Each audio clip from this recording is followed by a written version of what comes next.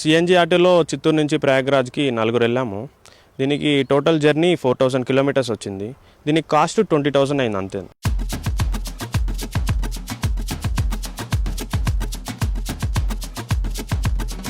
ఇటీవల వైరల్ అయిన ఈ వీడియోలో నలుగురు యువకులు చిత్తూరు జిల్లా నుంచి ఆటోలో మహాకుంభమేళాకు వెళ్లారని సోషల్ మీడియాలో పెద్ద ఎత్తున చర్చ జరిగింది. చిత్తూరు జిల్లా బంగారుపాలెం మండలంలోని గుండ్లకట్ట మంచికి చెందిన వీరిలో మనోజ్, రెడ్డి ప్రసాద్ డిగ్రీ చేస్తుంటే నాగరాజు ఆటో డ్రైవర్, సాయి స్వర్ణకుమార్ ప్రభుత్వ ఉద్యోగి. జనవరి 27న సిఎన్జి ఆటోలో బయలుదేరి ప్రయాగ్రాజ్ వెళ్లిన వీరు కుంభమేళాలో స్నానాలు చేసి ఫిబ్రవరి 4న తిరిగి సొంత ఊరు చేరుకున్నారు. దీనికోసం వీరు 4 రాష్ట్రాల గుండా ప్రయాణించారు. Total Kumbh Mela up and down వచ్చి 4000 కిలోమీటర్స్ వస్తుంది. మేము కుంభమేళాకి ఆటోలోనే వెళ్ళామండి. టోటల్ మాకు 8 days పట్టింది అప్ అండ్ డౌన్. అక్కడ మేము అన్ని టెంపుల్స్ రౌండ్ అప్ మొత్తం ఆటోలోనే తిరిగాము. అన్ని కలిపి టోటల్ 8 days పట్టింది మాకు. ఫస్ట్ మేము స్టార్ట్ అయిన పాయింట్ కాణిపాకంలో వినాయక స్వామిని దర్శించుకొని కాణిపాకం నుంచి మేము వయా తిరుపతి నుంచి కడప నుంచి కర్నూలు అండ్ హైదరాబాదు అట్లా వెళ్ళాము. మేము దీంట్లో 3 states దాటాము, ఆంధ్ర దాటాము, తెలంగాణ దాటాము, మహారాష్ట్ర దాటాము, మళ్ళీ ఉత్తరప్రదేశ్. సో 4 states దాటుకొని మేము ప్రయాగ్రాజ్కి రీచ్ అయ్యాము. త్రివేణి సంగమంలో స్నానాలు చేయడమే కాదు, వీరు కాశీలో ఆలయాలను కూడా దర్శించుకుని వచ్చారు. జనవరి 1 నుంచి అనుకుంటున్నాం, ఈ కుంభమేళా స్టార్ట్ అయినప్పటి నుంచి వెళ్ళాలనుకుంటున్నాము. ట్రైన్స్ చూసాము, ట్రైన్స్ అసలు వీడియోస్లోనే భయం వస్తుంది దాంట్లో వెళ్ళాలంటే. అండ్ ఇంకా ఫ్లైట్స్ చూసాము, ఫ్లైట్స్ రేటు మన మిడిల్ క్లాస్ వాళ్ళు పెట్టలేని రేట్స్లో ఉన్నాయి. మళ్ళీ ఇప్పుడు మా ఫ్రెండ్ ఆటో కొన్నాడని తెలిసింది. మళ్ళీ అతను వస్తానన్నాడు. సో మేము అనుకోకుండా ఆటోలో బయలుదేరాము, కానీ అన్నీ మంచిగా జరిగాయి. బ్యాడ్ ఇన్సిడెంట్స్ అంటూ ప్రత్యేకంగా ఏం జరగలేదు, కానీ వెళ్ళేటప్పుడు కొన్ని రూట్స్ మిస్ అయ్యాం మేము. మెయిన్ ఏమంటే 3-wheelerకి 2-wheelersకి ఎక్స్ప్రెస్ హైవేస్లో అలౌ లేదు. సో మేము ఎక్స్ప్రెస్ హైవేలో ఎంటర్ అయితే ఒక 5 kilometers వరకు దానికి డివైడర్ కూడా ఉండదు. సో తిరుక్కొని రావాల్సి వస్తుంది. 40 ఇస్తుంది సిఎన్జి మైలేజ్ మాకు. 1 kgతో 40 వెళ్తాము. అది మనకి బడ్జెట్ అంటే ట్రాన్స్పోర్ట్, అకామిడేషన్, ఫుడ్డే కదా. సో మాకు అకామిడేషన్, ఫుడ్ దీంట్లోనే, ట్రాన్స్పోర్ట్ సిఎన్జి కాబట్టి కొంచెం బడ్జెట్లో 20,000లో మొత్తం కవర్ చేసేసాం. 8 days 20,000లో అయిపోయింది. చాలా బాగా జరిగింది. ఇంకా ప్లస్ మైనస్ ఏమంటే స్పీడ్ ఒకటే మైనస్. దీంట్లో ఎక్కువ స్పీడ్ వెళ్ళలేం మనం. 70 మ్యాక్సిమం 65-70 దాటి వెళ్ళలేం.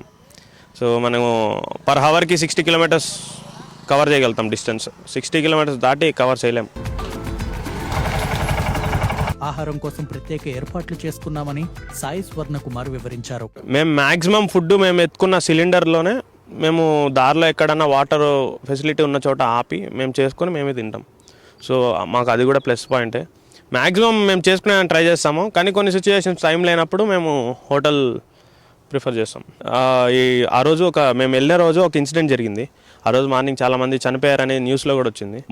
ఎర్లీ మార్నింగే ప్రయాగ్రాజ్ రీచ్ అయ్యాం, కానీ చాలా ట్రాఫిక్ అంతా హెవీ అయిపోయి అందరిని ఆపేశారు.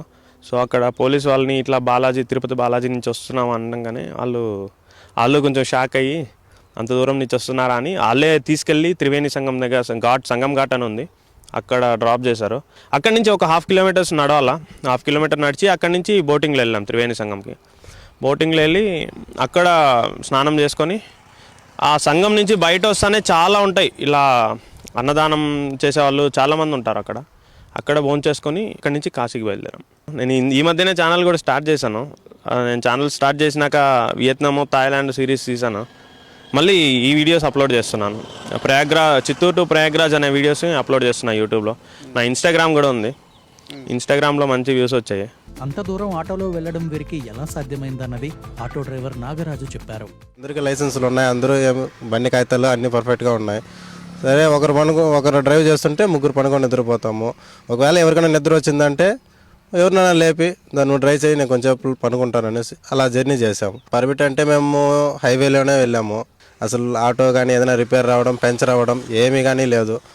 క్షేమంగా వెళ్ళి ఇంటికి తిరిగి వచ్చాం. అంటే మాకు 20,000లో మొత్తం అయిపోయి భోజనం అంతా చేసుకొని సిఎన్జి సరిపోయిందంటే కొంచెం దూరం వరకు కొంచెం రిస్క్ పడ్డాం. కడప నుంచి కొంచెం హైదరాబాద్ దాకా కొంచెం రిస్క్ పడినాము.